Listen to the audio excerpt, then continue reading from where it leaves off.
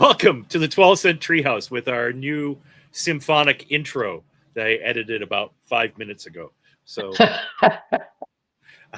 I'm Sean McLaughlin, writer producer, and with me, as almost always, is Scott Collins, genius artist. Hey, everybody. And today we are thinking about talking about deadlines and how deadlines are changing and how important they are. Because when I came into the business, both television and comics, deadlines were sacrosanct, and they cost a ton of money if you miss one. And I've never been late on anything. My shows always came in under budget and on time. Yep. Because the network, if you have a deal with a network, a cable network or anything, you get fined if your show's late. So that just adds something more to the budget.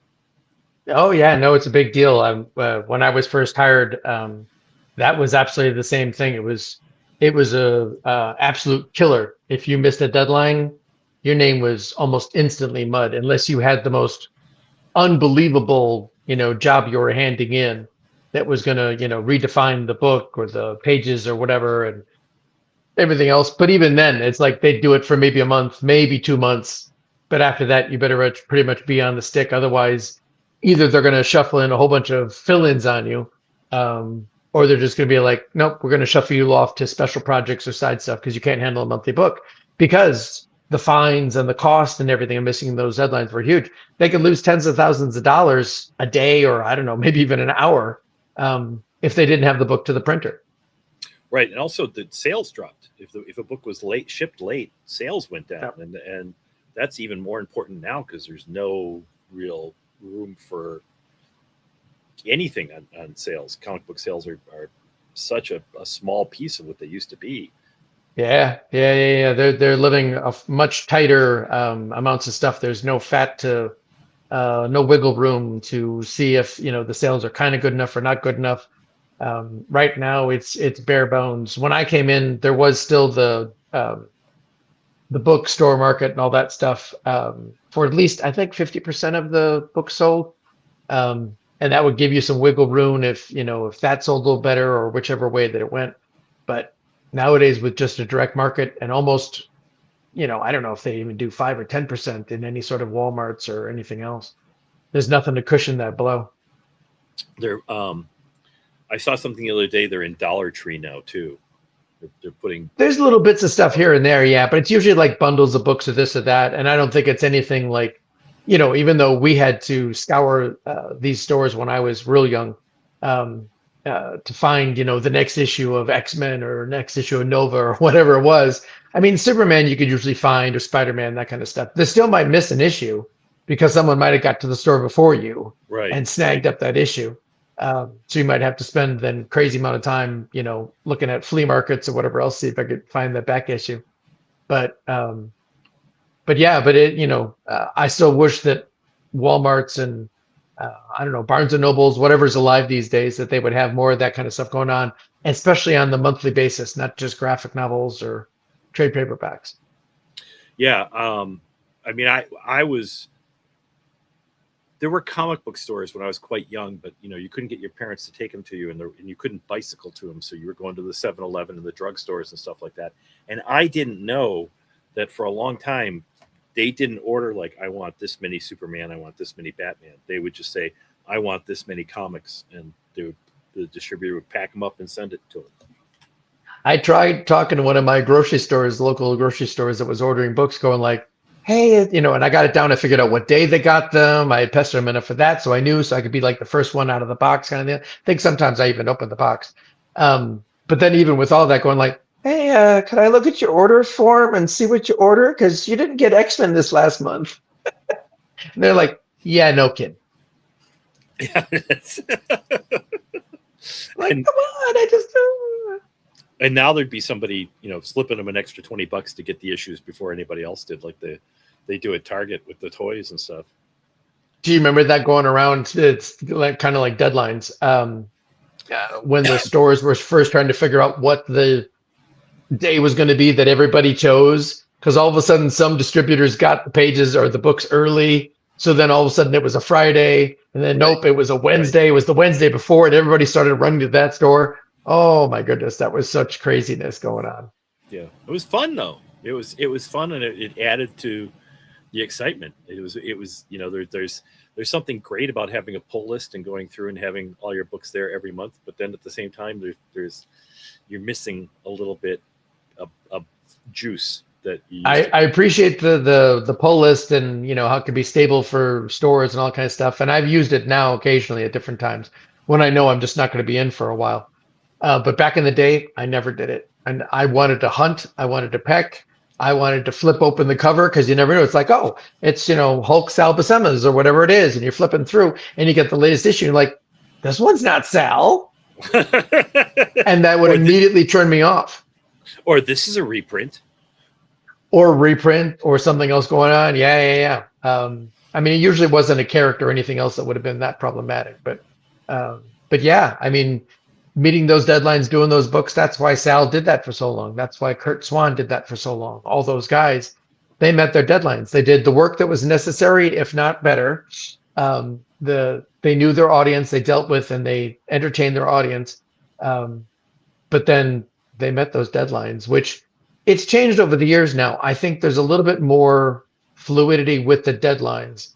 And it's much more like, as I understand it, when you're talking to the regular company, well, I mean, even the small companies I've heard now from friends who work for some small companies, that they're very much like, well, tell us what you can handle. Can you handle 3 pages a week? Can you handle 4 pages a week?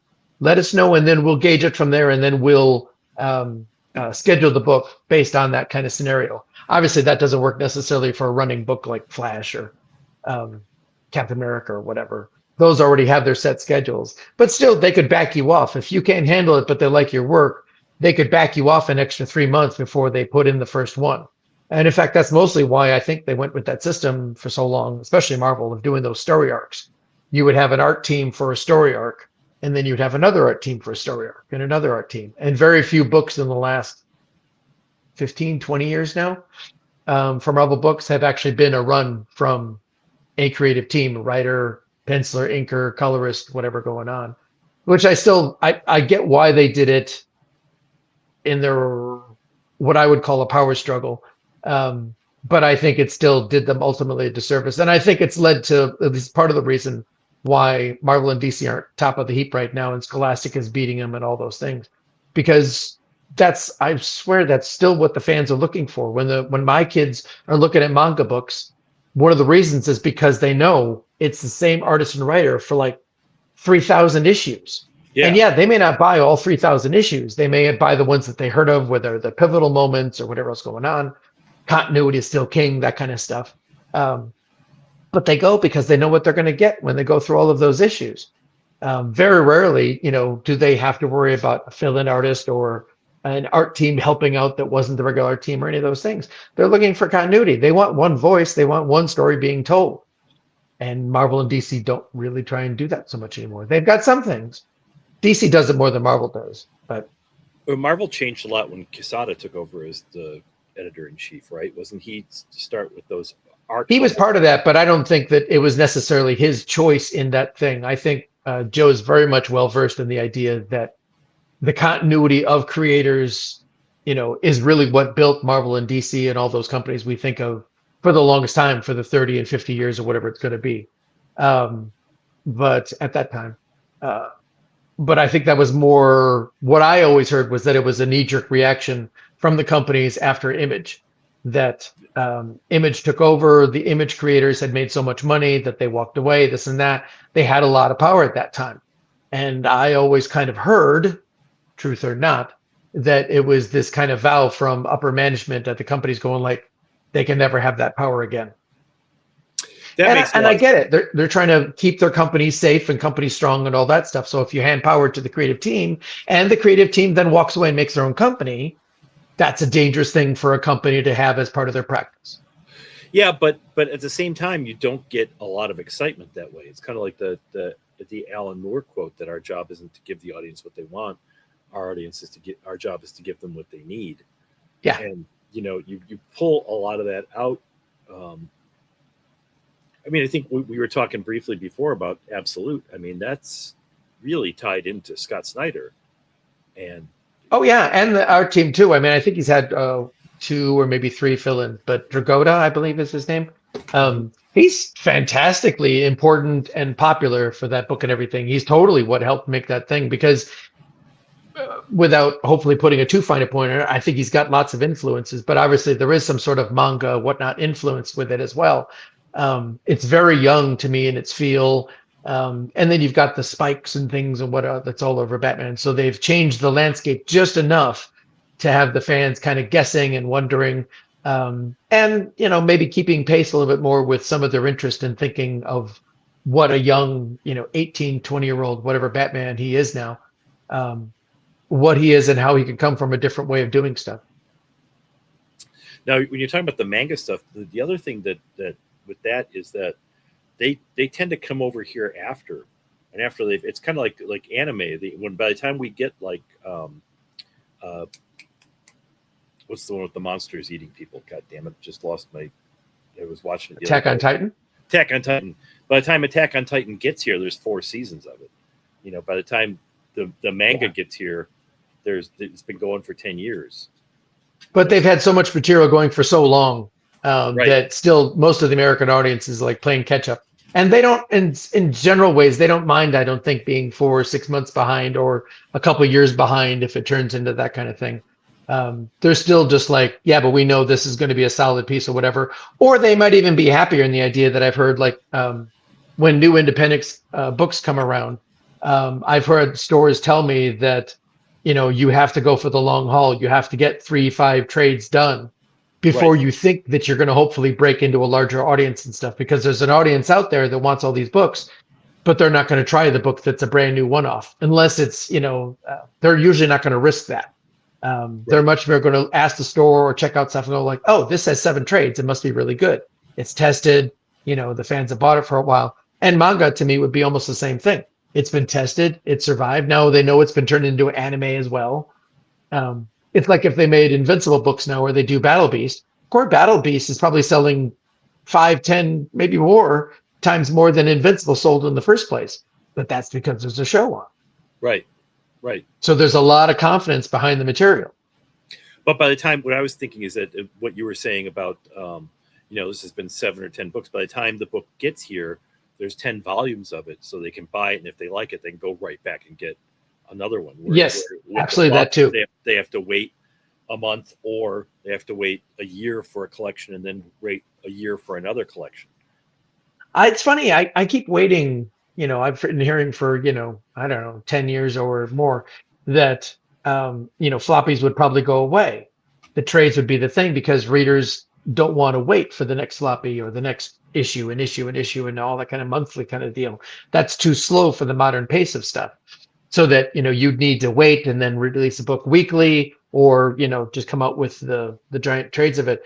But for whatever reason, the money system must still work with enough fandom that will buy the monthly books and deal with it, at least for now.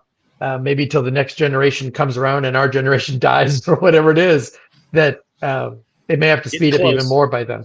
Some of us are getting close. Yeah, I don't know, deadlines. So you want to talk about deadlines and how they've changed. And I'm not aware they've changed, because to me, deadlines were always sacrosanct. I never missed a deadline. Right. And I would stay up all night if I had to hit one. And that's important, and it's still in a lot of ways important. But I've actually heard of like other attitudes coming in with deadlines because they have other artists that may not be living on their own and have rent or different things going on, that they sometimes get these younger artists to do more elaborate material sometimes. I mean, but that goes back since practically the beginning of the bronze or modern age of comic books. I remember hearing stories that when Barry Smith would come in with Conan pages, and he was like living dirt cheap in some flat, you know, might have been sharing a flat with somebody or whatever it was, you know, eating whatever the cheapest, you know, ramen noodle kind of thing of the day or whatever was going on, probably because he was making almost no money as far as I know.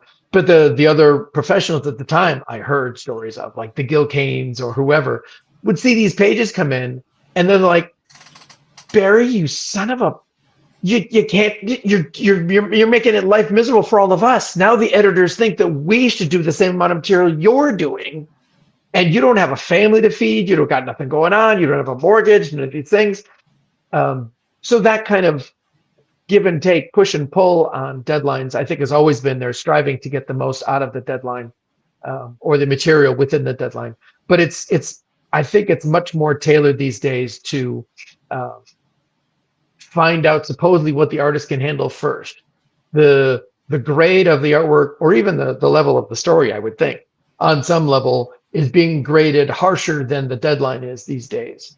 I don't know if you want to think that, the audiences have become more jaded or more sophisticated, that they need better material or more interesting material, whichever way that comes around. But I've actually heard the converse happen sometimes, that people who meet their deadlines too often, seemingly too easily or whatever, are now viewed as that they aren't doing their best work. That's crazy to me. And I can understand how that line of thinking comes, but like I was saying, Kirby would do 3 books a month. And he was Kirby.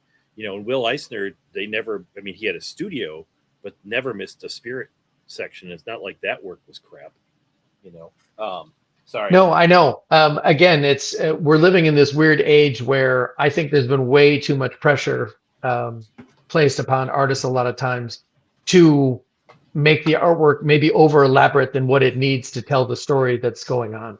Right. There seems to be a value to how many lines there are on the page, as opposed to how the story is being told, or does the drawing need those many lines? Or how many photos you're using and all that kind of stuff. That's one of the reasons I'm actually also really happy about things like Absolute Batman and Absolute Wonder Woman. They're not really photo, especially Batman. It's very cartoony. It's very fresh and energetic kind of line work and everything going on. Very almost indie kind of art style, not a main art style. So I find that refreshing in the day when there seems to be so much stress on basically how many photos did you use to complete this. And that just always takes more time. And to me, it dulls it down a lot of times. And people don't know how to use reference, so that it just, it makes the page opaque. That's the right word. You can't see it. You can't understand it. That kind of thing. Right. And sometimes using too much photo reference gives you, the page feels dead, because it feels like a static picture. It doesn't feel like there's movement in the drawing. Yep. And obviously there's even the legal end of it too, that they have to be careful from time to time. Just like there's the legal problems with AI stuff that makes it impossible to copyright. There's been other times of people in the past that have used photos and photo reference too much, and then then they get in trouble that the person that they took it from is actually a famous actress or whoever going on, and they go, "You can't have my face on this magazine. Everyone can tell that's my face." Yeah, or a Christian singer, and they use her face for the cover of a Doctor Strange comic. That's the most famous one, I think. Yeah. Which is worshiping the devil, as we're all aware. Yeah. But I don't blame people for wanting to hold on to their image, because that's who they are. I mean, that's absolutely. Yeah.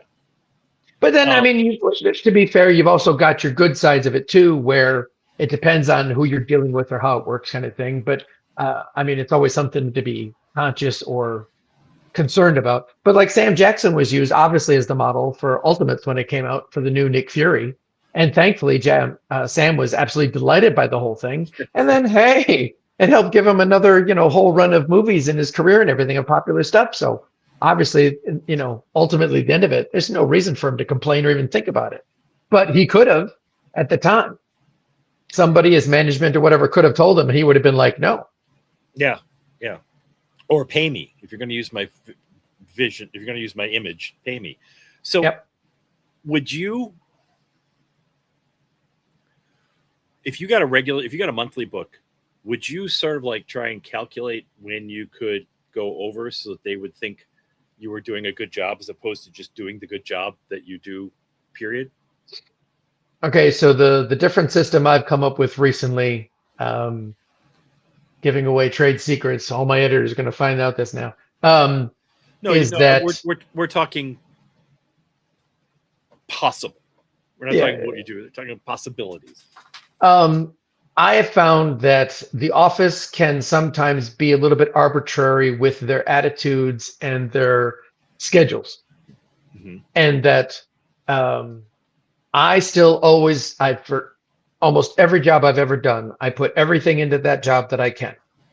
Um, but if that means that I'm working on that job solely, and they expect most freelancers to be juggling 2 or 3 different jobs, which actually I'm doing right now.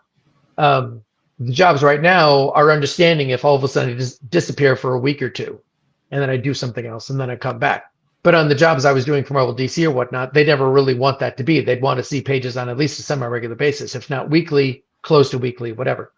Um, but I did find, especially in recent years, that their uh, deadlines or different things could seem a bit arbitrary. So what I would do is I would work on the job like normal. I would put everything into it that I could.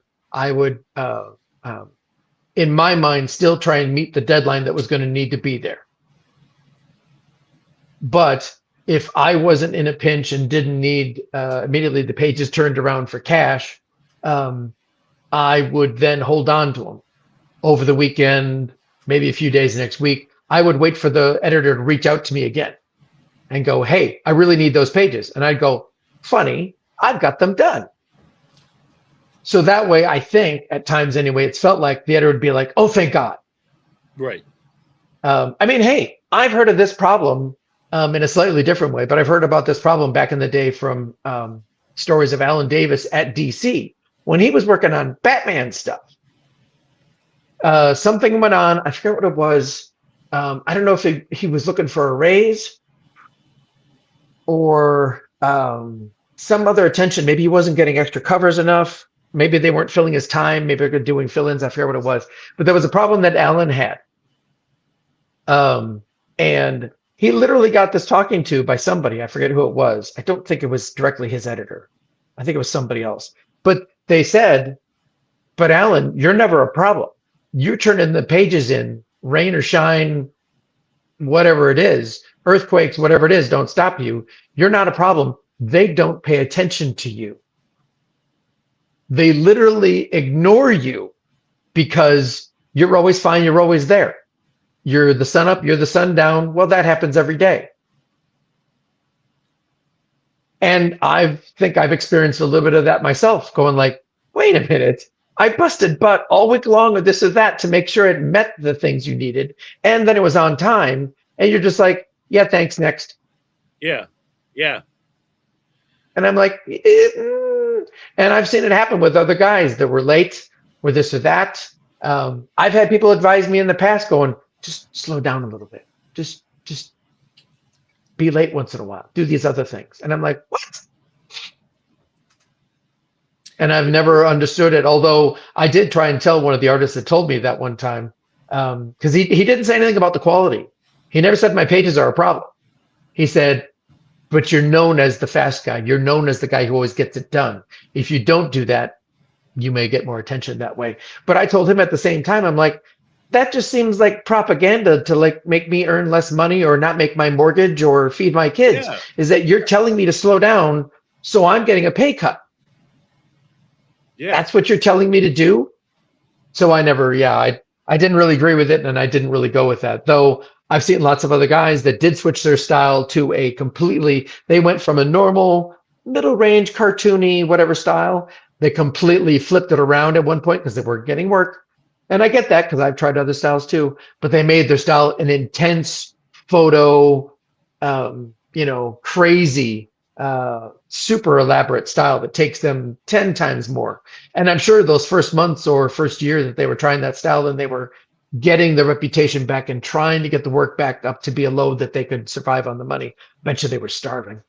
I bet you Yeah. they were absolutely starving during those months. Yeah. I can't. I mean, I've had some problem with artists being late, but usually only once, because either they make it up on the next job or I didn't hire them anymore. Right. And scripts, there were a couple scripts that there was one freelance script from a very well-known creator that just never showed up. But when I was doing comics, I was a year ahead of schedule, and the first thing they had me do was a fill-in issue after Yeah. my first arc had been approved. Do a fill-in issue so we can have it drawn and it'll be there Yep. in case we need it. Yep. But you're working ahead of the schedule, like I was talking about last week. It was supposed to be Superman was supposed to be a guest star, and I 4 months later Right. was like, you need to rewrite this because Batman's going to be the best guest star because we forgot the movie was coming out. Yep. That creates its own problems. But maybe I should have been late more. I don't know.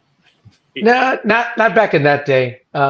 It's still in the 90s to maybe even the early 2000s. They didn't quite have the backlog attitude, whatever, to be, I don't know, what do you even want to call it, to handle the publishing schedule that way or whatever. I mean, again, it's just one of these things. Or when I came on, I was offered King Shark as a miniseries. It was a 6-issue miniseries, basically. And the funny bit about it was that they had to tell me at the beginning, I'm like, okay, we know you can do the work and this and that, but the real thing that's funny about this is that it's going to be a digital book too. So all of my pages had to be top half, bottom half. So they would release a digital page and a digital page, and all the pages had to work. I've already done one job like that. I could do that. That wasn't a problem. But they said, but that's going to be released in that other function. So it's going to be like, every other week or whatever, they're going to be releasing the half of the book every time. So they're like, but we need to be ahead on all those things. So we need you to be more ahead than you'd have to be normally on a monthly gig. And I think we were 3 months maybe ahead. It was pretty tight. I don't think 2 months.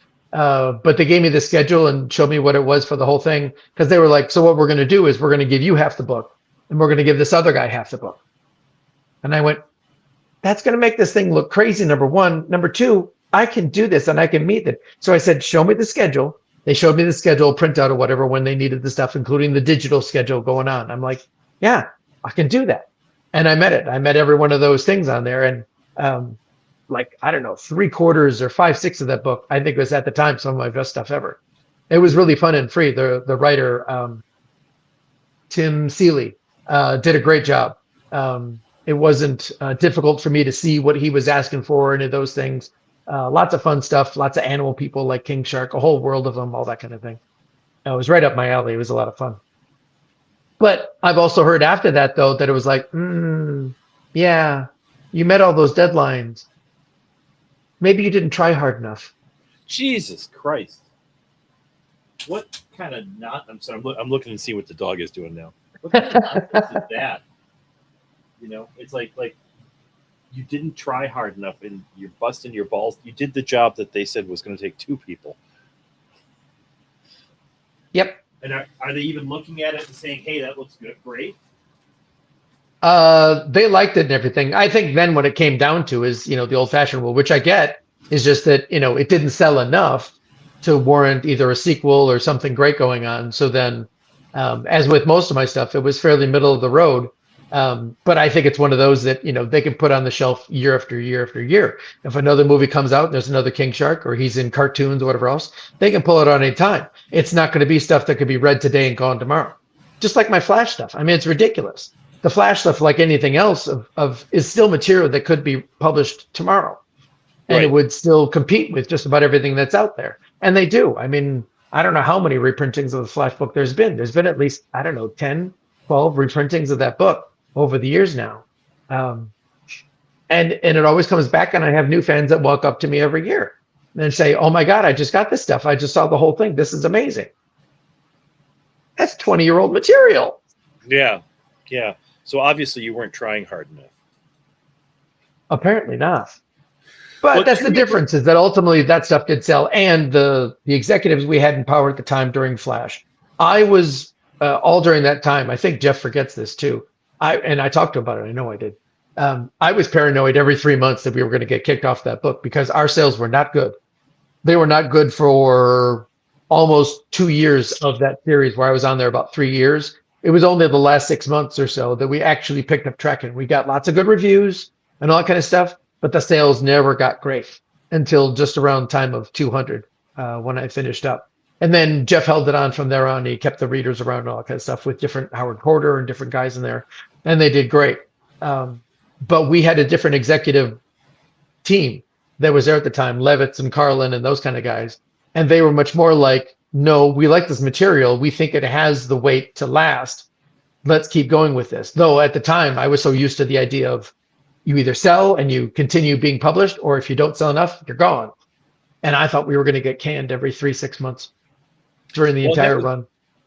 Sales was one other thing, because I remember when I was a fan, hearing that book sales suffered horribly when they were late, and that was like, remember the Krusty Bunkers or Krusty Bunker, the inker, which was a collaborative effort of people in a studio just to get it done.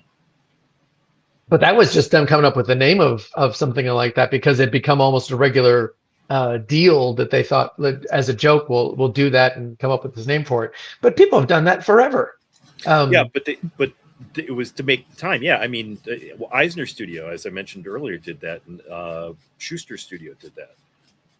And all those guys back then. I mean, even the best guys out there that you would think of would do that stuff back then. The Frank Frazetta, Al Williamsons. That's the thing. Al Williamson would get a short story job on Friday or Thursday, and they tell him he has to hand it in on Monday. And it's 8 pages or whatever it is kind of thing. He's like, how am I going to do 8 pages over the weekend? He still said, yes, he got the job. Then he ran home, quick called up his friends and said, come over. I need a party all this weekend of all you guys drawing all weekend long. Frank, I need you to ink this background. Here, could you draw this girl over here? She's got to be really pretty. You know, on and on and on. These guys would do this stuff all the time. Yeah, Al Cap doing Lil Abner had a studio, and he had Frazetta did figures. Yep. He had somebody else doing backgrounds, somebody else lettering, and then he would come in and ink all the faces on the characters. And it was just done. And Frazetta would complain endlessly about what a bastard Al Cap was, and then continue to complain about how fucking goddamn good he is doing this. He really is better than the rest of us. Oh, that's great. So, but with the sales now and with the going to trades and stuff like that, I wonder if it hurts sales. I haven't heard about books being late in a long time. I think they're somewhat late, but again, it's much more adjustable. I've talked to guys at stores, the owners and stuff, from time to time, and they're like, yeah, it's supposed to be out last week. It'll be out this week or whatever. So a week or two off a schedule. The store doesn't seem to mind as much, and fans doesn't seem like it directly influences too much. I'm sure it does hurt some sales about it, but it's a little more loosey-goosey with all that on some level, I think. Obviously, I haven't really worked for Marvel for a few years now, and DC's been a little bit. But the last I worked with them, you know, yeah, deadlines are important. They don't want you to just walk off and never return and show up 6 months later. But it was much more like, can you wow me with this material? In fact, I handed in a cover like that one time to an editor, and the editor was a good guy, but he was at the cusp of becoming a more popular or more what he thought he was climbing the ladder up at Marvel. And I handed in a cover one time to him for a book. After, you know, the sketch had already been approved and everything. It wasn't like this came out of nowhere. I handed it in. He goes, yeah, I don't know. I'm not feeling the wow. And I had already been working for a while and all this stuff, and I had everything going on. So I'm just like, oh, okay, then don't worry about it. Just don't do the cover. I'll do something else. And he's like, I don't mean to. I'm like, no, you said it doesn't wow you. Get someone else. Like, don't be like that. Yeah. Tell me how your job is wowing me, pal. Tell me how you are going out there and selling my stuff or whoever's stuff that you've got the next month and turning it around so that you're a pot of gold. Well, that's what I get tired of sometimes, is people having that attitude, being like, oh, no. See, you have to have the perfect logo. Otherwise, this book doesn't work. You show me how the perfect logo guarantees me a book sale. Sure, you want it good. Sure, you want it this and that. But this whole I don't know. What kind of note is I don't feel the wow? It's like, you know, it's like, this really doesn't impress me. Well, what's a note? Is it the composition? Is it right? There was no correction. There was nothing. Obviously, it was something he had heard. I'm sure it was something he'd been told as well. that he had his pitch proposals brought in to the executives above him. And it's the whole kick the dog theory. So he'd been told that one. So he slapped that on me one time, figuring I was going to go, oh, how can I fix that? How can I? Could I? Please? Could I? And I went, no, you don't like it? Fine, don't.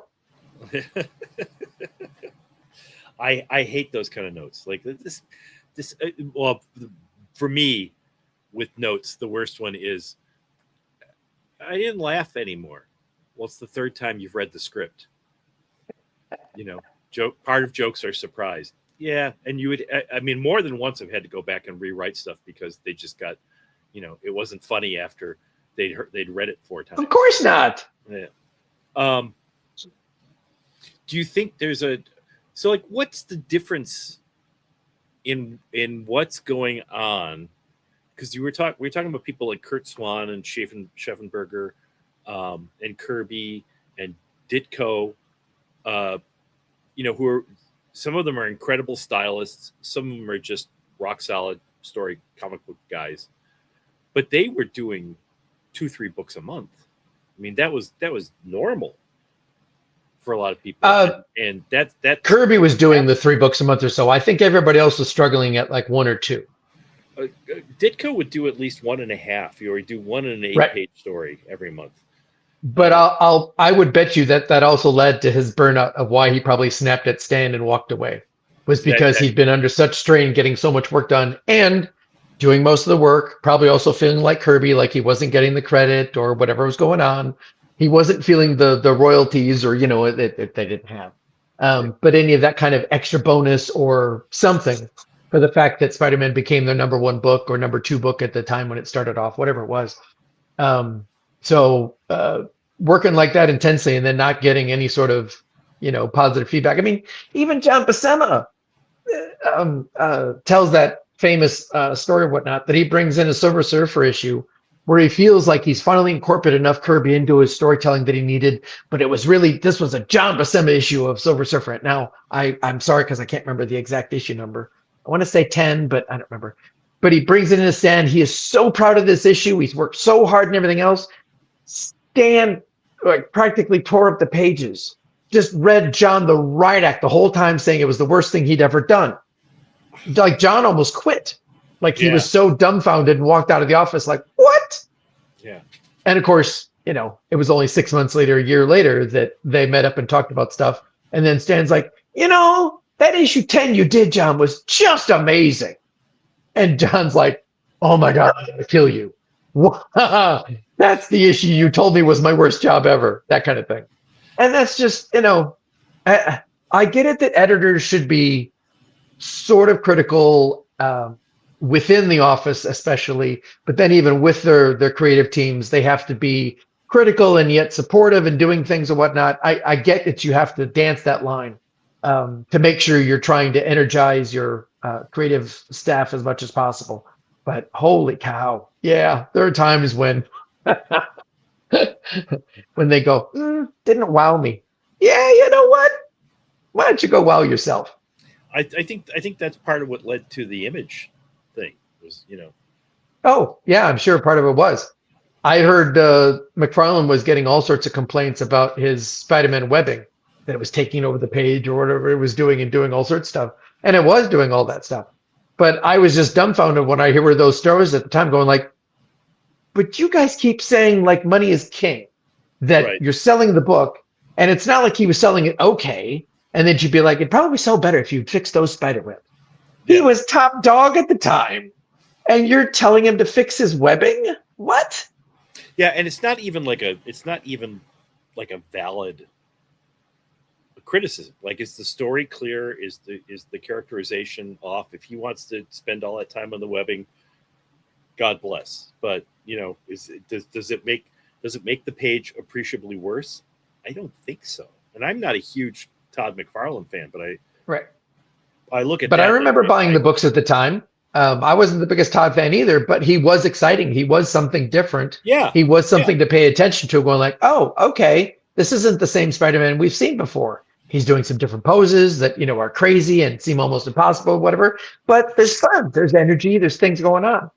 I've always tried to have that attitude of like not getting stodgy, only liking the guys before, only liking the Kirby's Right. or the Frazettas or whatever that Right. kind of stuff, and not trying to keep my eye open to what might be new or young or coming out, even if it's reminiscent of something old, but seeing how that might have changed, how something might have been different or whatever's going on.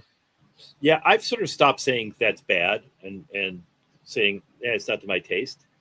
You know, I can see what people like about it, but Yep. it's not mine. If I were an editor, it would be. I think too many editors are, well, that's not my taste, and so it's going to be bad. And an editor should be, that's not my taste, but I can see how the audience will dig this. I would guess, maybe completely wrong, that the editors are doing it that way because they've got to defend the book in meetings. Right. They've got to have the attitude. They've got to fight for the book or fight for the creative team and all that stuff. So for whatever they're doing, they have to be part of that schedule that's going like, we're making the best book possible.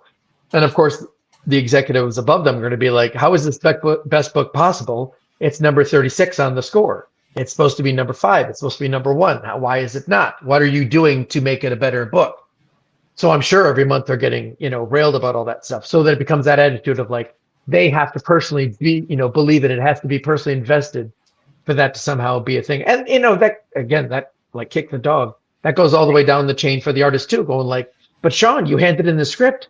Aren't you fully vested? Don't you care about all these characters? Isn't this going to rip and tear you up if you aren't 100% behind this book? And yeah, we should all be invested in our projects, but this is how you get burnout. Well, that's how you get burnout, and it's not helping you, and it's not necessarily helping the book either. It's not.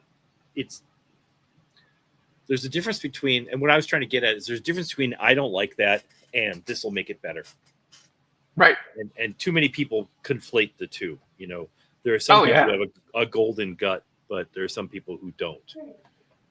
Yeah, not about the choice of whether this is left or right or red or green, and going like, you went red. I think this has to be green the whole way. And boy, have I seen the editorships fly with that stuff. We're going like, this week everything's blue. Instead, going like, oh, you went the red route. That's different. I wouldn't have expected that. But maybe if we add a little bit of orange, maybe if we sneak in a little bit of something here, a little blue undertying things to complicate or enhance what they're going for. I think that's more, what the editorship should be generally going for. And a lot of them do. I think a lot of them do. What you reminded me of was the Shooter story about working with Stan, when Stan would fly in once a month to look at the stuff. And Stan would say something like, and this wasn't Shooter, but there was other people talking about Shooter. Stan would look through the covers and say something like, awful lot of yellow on the covers this month. And Shooter would walk out and go, no more yellow on covers ever. And Stan would come back the next month and go, there's no yellow in the colors this month. Well, you said there was a lot of it last month. Yeah, I said there was a lot of it. I didn't say don't do it. Or Iron Man nose is my favorite. Yep, it's the Iron Man nose. Yeah, that's so infamous. I'm so sorry. I wish we'd given him a nose. Stan wants Iron Man to have a nose. What the hell are you doing? I'm selling merchandise. Yeah, Stan literally came back the next meeting or whatever it was. I don't know if it was a week or if it was months later, whatever it was. And Stan's like, why does Iron Man have a nose? You told me you wanted him to have one. Yeah, but I'm doing merchandise deals with stuff now, and now he looks completely different. That's bad. Yeah. But that's the thing. I mean, you especially back in those days, you would be racing at that deadline. So Jim might have handed down those edicts, or Roy Thomas might have done it at the time, or whatever, answering to Stan on stuff. But then it becomes this thing where everybody's just jumping through because, suddenly there's, 30 books coming in this next week. And then they've got to get the stuff the writers have to get out 16 scripts next week. So then, bam, it just hits the flood that everything is now based on that decision because of those crazy deadlines. Yeah. No, it's interesting in TV, especially with Netflix, they take years between seasons, and there doesn't seem to be any rhyme or reason to how long it takes. And I heard that Vince Gilligan said there will be 3 years before the next season of Pluribus, because that's how long it takes him to write that. And after a certain point, it's kind of like, will people care about it in 3 years? I mean, the worst one to me was I really enjoyed the Netflix Lost in Space, but between season 2 and season 3, Penny and Will are now in their 40s, because they were gone for so long. These kids have noticeably grown up, And That is a big problem with actors and other stuff in the living world. Yeah. yeah, but I don't think it helps the show either. I mean, if you have a series, put the series on at a time, or bring it back in a reasonable amount of time for people to still be excited about it, as opposed to like trying to make it perfect. I don't. Maybe I'm wrong, but I was always pissed off I had to wait that long for another season of Mad Men. Yeah, and I agree with you. But I think that also might be a thing, like we were talking about with deadlines, that Alan Davis's or other people that met deadlines all the time could kind of get ignored. Here, in some ways, you're sort of getting free publicity. If you have to wait a year or some extended amount of time, now they can say the return of. They can say, "Oh my God, it's back," that kind of thing. I agree with you. I would think that that would turn off viewers, and it might separate out. You might lose some people on that, but I think there's so much material now to digest for everybody. There's so much in the streaming and everything else going on right now that I don't think it's that crucial for those shows to be that on top of it, that people will wait for the finale, whatever it is. Again, to some extent, that converse argument that I had of that, the level of the craftsmanship or the twist ending or whatever it is to give that oh wow factor for the end of the season or the next season. It might take that little bit of extra time. I don't know.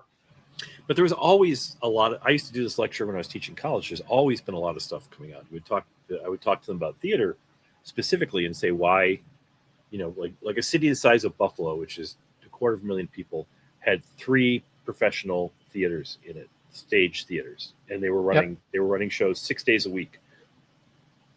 And the students would always say, "Well, there's a lot more TV now, and a lot more to choose from." But if you look back, there were 3 radio networks, all programming, and if you missed that show, you missed that show. It was never never going to hear it again. There were syndicated shows. Magazines were selling in the millions. Yep. So it's sort of taken over the magazine space. I mean, The Shadow was what, $6 million every 2 weeks, or Captain Marvel was that or something. Yeah. There were more movies coming out. So, people on average went to the movies like twice a week. So is there that much more stuff? So I don't know. I don't know. The reason I say it's more stuff now is because most of that material you're even talking about, any of that old stuff, all of that's on hand, all of that's on tap. Right. When we listened to the radio, there was a handful of whatever the popular guys were. There might have been an oldie station or something like that going on that you might catch a song. You might hear about this or whatever else going on. Now, literally, my kids coming around and they're listening to, I don't know, whichever music program app and whatnot that they're using. You can literally go through a catalog. You can find stuff back from the 30s or whenever, or, earliest recordings of stuff that is now put on streaming. So they literally have all the rock songs ever. Yeah. They have You're right. all the, I mean, not all of them, because obviously the smaller press stuff that didn't do well enough, the people aren't going to put the money behind to put it on streaming or whatever and digitize it in a way that it needs to. There's a couple of rock bands from the 80s or whatnot that I wish that, all of their stuff had been digitized and put on, and it's not. So we did lose some stuff in the nooks and crannies that's lost that actually did disappear. But so much of it is available. You can get all the Beatles you want. You can get all the AC/DC, all these entire catalogs. You can find the new stuff too that comes out every week from Taylor Swift or whoever else kind of deal. But then there's just so much back catalog of things. You could, if you just listen to it like every day, I'm sure you could listen to it for like the rest of your life and never listen to the same song twice. Yeah, I bet you're right. You're right. I don't know. I still think there's a benefit to getting it out regular, though. Oh, I agree, 100%. I think most books should be like that now. I wanted most of my last Creator Room books to wish the schedule was changed so that it came out, if not weekly, bi-weekly, or that we did it as a trade, as a collection, and not do the separate issues or something like that. Because we told that story last week too about when DC went through that whole run around 2018, 17 maybe. They changed all of their monthly books so that a lot of the main ones, like the Justice League characters, Flash, Superman, Batman, everybody, They had weekly Mhm. or biweekly comic books, excuse me, biweekly, which meant at the time, because of the stress of having all those things done, that you couldn't really have a regular artist on those books. I did a run on Avengers that was the same way. They had two art teams on there, and we would bounce back and forth with 3 or 4 issue arc trades, maybe 5 or 6 issues at the most, but probably 3 or 4. Um, and all the sales did improve at that time, and people did like that. And people are used to, like you said, having all of this stuff in front of them all the time. So why in the world are they going to wait? If we've got 50 issues or 100 issues of this manga collection going on, why would I wait another 2 weeks for a Hulk comic book to come out if I can just get 3 more of this manga thing, read up to my absolute fill besides getting work done or school done or whatever I need to get done, and then know I can come back next week and get the next set as much as I can possibly ingest. It means less work for people though too. I mean, in the old days, you would do, like when radio was going and when television first came, you do 39 episodes a year, never, nothing, no time off. 39 every week. There's a new episode, and then over the summer, there's a summer replacement series with 13 new episodes, and that went away. And then now you have. I was reading one of the writers on The Bear. There was so much time between seasons that she was homeless and on SNAP benefits. Because there was so much time, and they don't pay enough, and they're not getting residuals like they used to. No, and seasons being more often than not, 13 episodes now? 6. A lot of them are down to 6. Holy crap. That makes no sense to me at all. Yeah. They are always it seems like they're shooting in the dark now. They have no confidence in anything they're putting out. They're going to pay for the 6 episodes to see. If it does well enough by the 3rd episode, maybe they'll order some more, but they don't want to put the money in anything anymore. It used to be an order of 13 with a back order of 12 or 10 or 12 for television shows. Yep. Cartoons like Batman Beyond was bought in a strip of 65. Yep. We did 13, and then we did 52 afterwards.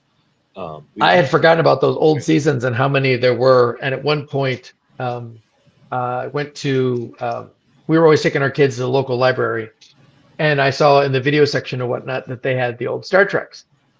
And I saw it was season 1, season 2, season 3. Like, oh, I'll just get season 1. This will be fun. I haven't seen these in a while and all this stuff, so it'll be great. And I'm figuring it's going to be 16 or 20 or whatever episodes. And it was 36 or 39 or whatever it was. I'm like, oh my God, there were so many shows. Yep. 3 networks programming 3 hours, more than 3 hours, because they were starting at 7:30 for a while. So 3.5 hours, 7 nights a week, 39 episodes. And then in the summer was when you tried out new shows. You gave them 13 But they still, all of those networks shut off at midnight. One. Johnny Carson and Merv Griffin went until 1 a.m. Well, till 1. But then they were still up till like 5 a.m. or something. Yeah. Then they were off the air. There was the national anthem, and then the racist caricature Indian on the screen until. Oh no! What was it? There was when I was a kid. There was the Farm Report and Sunrise Semester, some kind of college thing. Oh yeah. Yeah, but there were tons of people were working. There was a lot of money being made, and they weren't getting paid the salaries people are now. But obviously now that's starting to go down. If you've got someone who's a writer on a hit show and has to, is homeless and has to go on SNAP benefits in between seasons. That's not so good. Yeah. Yep. And comics now are mostly, so the creator-owned stuff you're doing is mostly like 4 or 6 issues, right? Yeah. Back in the day, they would regularly shoot for 6. The last one I did with Patra, with James Robinson, he pushed it to 5, and I was surprised that Dark Horse was okay with that. In fact, during the process, I think that just there's such difficulty in the stores and what they order and everything that on new material like this, I don't know if I'd ever get him to commit to it, but I thought our format for Rogue's Revenge was the perfect format for all of these other books. Just do 3 issues, oversize each one a little bit, So you almost get basically the same material that would have fit in a 4 or 5 issue miniseries, but squeeze it into 3. Again, a little bit oversized, 30-page issue, something like that. Maybe charge a little bit more. But at almost any of the books I've ever seen. Now, hey, if you get a win, you get a win, and that's great. But all these other ones, it's like after issue 3, even if the sales for 1, 2, and 3 were great, bam, 4 and 5 sales go down like half and half and half and cut down, cut down, cut down. Because the stores just don't, if it's not a giant win for them, they got to cut it out. Right. And by the time they're ordering 3, 1 is there, right? So by the time they're ordering 4, they don't know what's going to happen. And it used to be 3 used to be the number that would dip a lot, and then go up after that. Yep. So I remember they freaked out at Aquaman that it didn't dip at 3. It dipped, but it didn't dip at 3. So I don't think maybe that was a good thing for Flash that I would know about. What I understood at the time was we had dipped with the first issue. Always a good sign. I don't think we dipped after that, but we might have. Can't remember. But it was all during that time, and I'm like, oh, these sales are so low at the time. And I never saw sales reports, so I didn't know. But also, I was a year ahead, so I don't think I saw the official DC sales reports, so maybe that was different. But I think I saw what was best online and what people figured out were generally the diamond orders or whatever at the time. That stuff became semi-public or whatever it was. So I think I saw those, and it was like, oof. Didn't Wizard publish sales for a while? They probably did, yeah. As their time went on, they did stuff. And I used to. There were some websites online that used to post a lot of that stuff, and they would, if they didn't put all the numbers down, they gave you kind of a ballpark of where the slot, if it was the 35th book out of 300 or whatever it was, top 300 stuff. You get a gauge of like where roughly you were. So nowadays, from what I understand, it's even harder though for them to gauge it. That only the companies themselves really know what's going on, because we have different what do you call it? Distributors. And that it used to be a lot easier when it was mostly Diamond, even though that's, there was a reason that Diamond went away, being the monopoly that it was, all that kind of stuff. Yeah, but Netflix won't publish their ratings at all. They'll tell you what's doing well and what isn't, but they keep it really close to the vest. And I think it has something to do with money. With they show you have to pay somebody more. Plausible deniability. Yep. We're coming down to the finish line here. 57, 42, 43, cool. 44. I learned a lot about deadlines today, because to me, deadlines were always sacrosanct. And I always thought, as a creator, if you were the person getting in on time, you were what they wanted. But I would also suggest for people thinking about deadlines yes,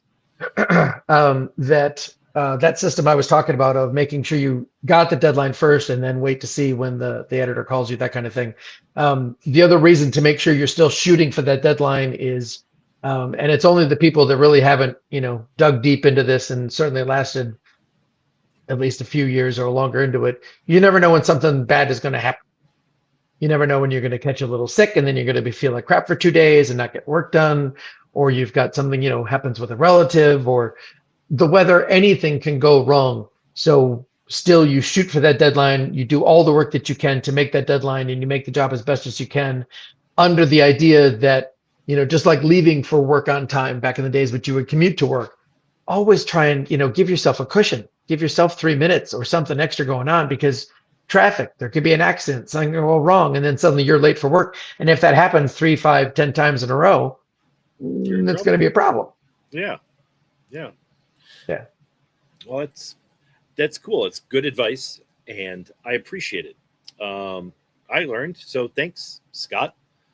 Everybody will be back again next week.